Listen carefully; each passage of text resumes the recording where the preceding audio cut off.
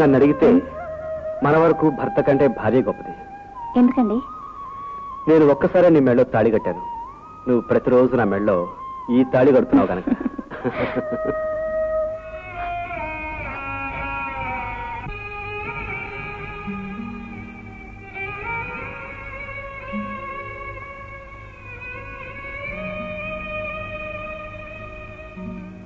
మనిషి పోయాక 6 అడుగులు నేల చాలన్నాడు ఆ మహాకవి. మనిషి బ్రతుకుండగా 6 అడుగులు మంచం చాలంటాను నేను. అదేంటండి? అవును, మంచం మీద పుట్టొచ్చు, మంచం మీద హాయిగా నిద్రపోవచ్చు, మంచం మీద ఆలు మగలవచ్చు, వయసు మళ్ళాక అనారోగ్యంతో మంచం మీదే పడి ఉండొచ్చు, ఆఖరికి మంచం మీద నుంచి పైకి టికెట్ పుచ్చుకోవచ్చు. ప్రస్తుతం మంచం మీద మన స్టేజ్ ఏమిటి? మన స్టేజ్ ఏమిటంటే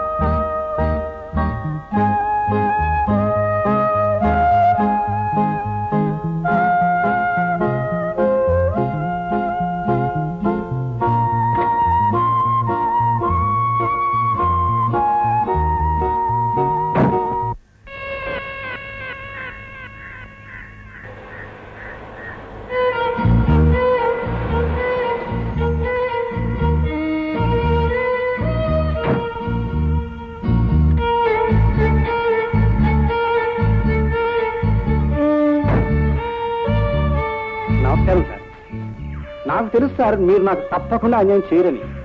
సార్ మీరే కాదు సార్, మనసుండి కాస్తపాటి ఆలోచన ఉండి ఇంకాస్త సంస్కారం ఉన్న ఎవరైనా సరే సార్. రాధా రాధా మొగుడు పిల్లల తర్వాత ఏవో తగాదాలు వస్తుంటాయి. దానికి నువ్వు నన్ను కోపడొచ్చు, తిట్టొచ్చు, ఇంకా కావాలంటే నన్ను కొట్టొచ్చు. ఈ విలువలు తెలుసుకునే ఆడది కాదమ్మా. పాపం ఆయన పెద్ద మనిషి కనుక, పెళ్లి విలువ తెలిసినవాడు కనుక నేను ఇలా తీసుకొచ్చి మన ఇద్దరిని కలిపాడు.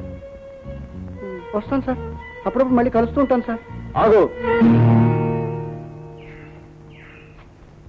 ఆమె ఒంటి మీద నుండి చేతి. ఏమిటి సార్ మీరు అనేది? ఆమె ఒంటి మీద చెయ్యి వెయ్యొద్దని చెప్పాను. నా పాయింట్ క్యాచ్ చేసావా? ఈవిడ నా భార్య సార్. భార్య భార్య అంటే అర్థం తెలుసా నీకు? భార్య అనగా భర్తతో బ్రతుకునేది అని అర్థం సార్. అంతేనా? నువ్వు చంపితే చచ్చేదా? పెళ్లి పేరుతో ఒక ఆడదాన్ని ఖైదు చేసి, తాళి పేరుతో ఆమె కాళ్ళు చేతులు కట్టేసి, భర్త పేరుతో ఆవిని నీ ఇష్టం వచ్చిన హింసించి చంపాలనుకుంటున్నావురా? సార్ మీరు తొందరగా నిన్ను కొట్టడం ఇప్పటికీ ఆలస్యం చేశాను రా. సార్ అన్యాయం, అక్రమం, అమానుషం. సార్ నన్ను కొట్టకండి సార్, నన్ను కొట్టకండి సార్. సార్ నన్ను వదలండి సార్.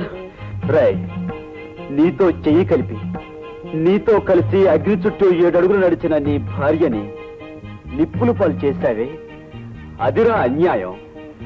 సంఘం చట్టం నీకు అధికారాన్ని ఇచ్చాయి కదా అని అవి నిన్నేమీ చేయవనే ధైర్యంతో భార్యనే మనిషిని పశువులాగా హింసించి వేధించావే, అదిరా అక్రమం. బోన్లో నుండి బయటపడి తనెక్కడో ప్రశాంతంగా బతికే మనిషిని మళ్ళీ నీ పంజరంలోకి లాగి ప్రాణం తీయాలనుకున్నావే, అదిరా అమానుషం. సార్ ఏమిటి సార్, నా పిల్లలు నాకు ఇచ్చమంటే కొడతారు? నీ భార్య ఏ ఆడదైనా మనిషికి భార్య అవ్వాలనుకుంటుంది కానీ ఒక పశువుకి భార్య అవ్వాలని కోరుకోదురా. తాళి కట్టినంత మాత్రాన భార్య అయితే తను తాళి తెంపి నీ ముఖాన్ని కొట్టిన రోజునే తను నీ భార్య కాదని అర్థం చేసుకో. రాధ నా భార్య, నేను ఆమెకు భర్తను. చూడు, ఆవిడని ఎదురుగా నిలబెట్టి నా నిర్ణయం తెలపడం కోసమేరా నిన్ను ఎక్కడికి పిలిపించాను. మళ్ళీ మా జీవితాలకు వచ్చావంటే నిన్ను నిలువున చీరేస్తాను. జాగ్రత్త. రారాధా. రేయ్, నేనేం చేస్తాడు రా? నా పెళ్ళాన్ని పట్టుకుపోతావు కదరా, నేను ప్రాణం తీస్తాను. ఈ ప్రాణం తీస్తాను రా.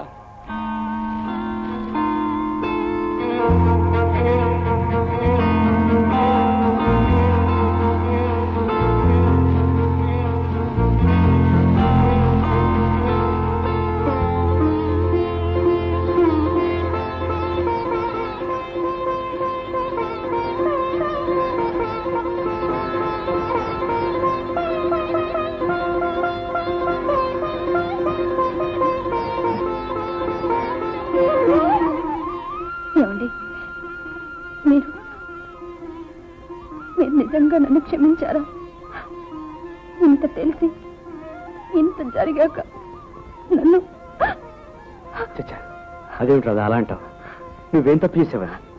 ఈ క్షమించడాలు మన్నించడాలు ఏమండి?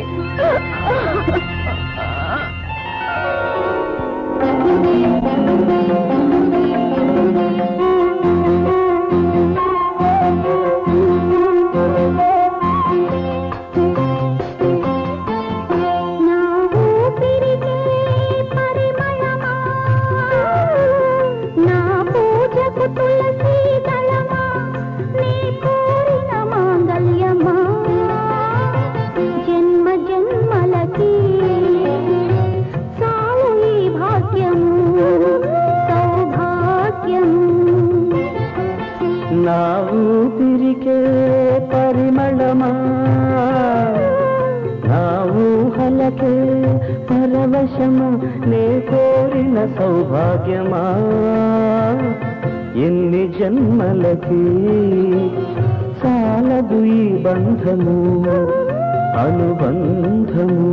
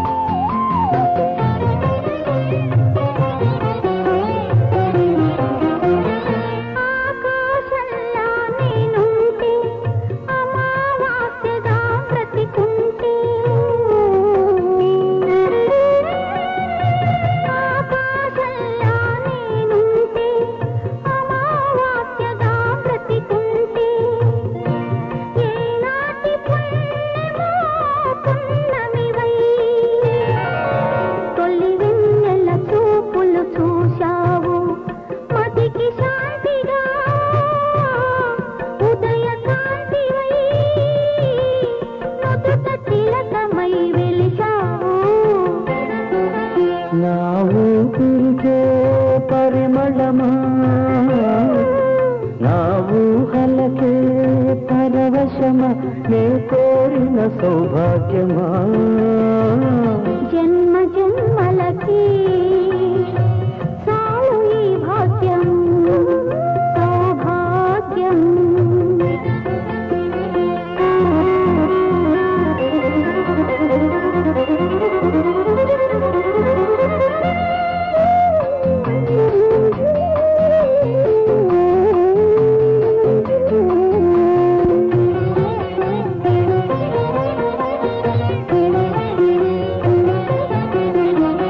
పసుపు కుంకుమలు ఒక జంట, బొట్టు కాటుకలు ఒక జంట,